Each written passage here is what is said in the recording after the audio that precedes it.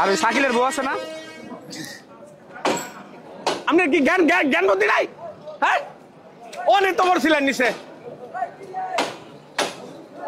আপনি কি জ্ঞান বুদ্ধি দিয়েছেন না নাকি আল্লাহ? কে রইন আপনি? আরে ও নে উড়বে থেকে লইলে, হ্যাঁ কে রইন আপনারা? খালি ফোনে ফোনে কথা কন।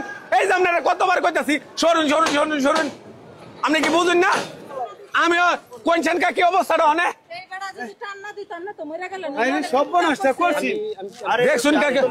আরে গাড়ির তলে থাকলো কিছু অনে দেখছুন অবস্থাটা। ফোনে কথা কইতেছে না হলো 1 ঘন্টা ধরে ফোনে কথা কইতেছে কানের ভিতরে।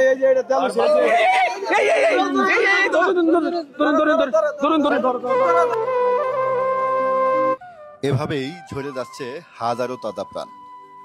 একটু অসতর্কতাই কেড়ে নিতে পারে একটি প্রাণ। আমরা কবে সচেতন হব? কবে আমাদের বোধোদয় হবে?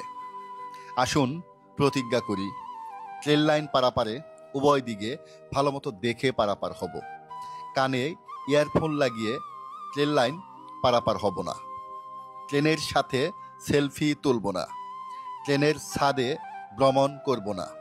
ট্রেনের দরজায় ঝুলে ভ্রমণ করব না। মনে রাখবেন, সময়ের চাইতে জীবনের মূল্য অনেক বেশি।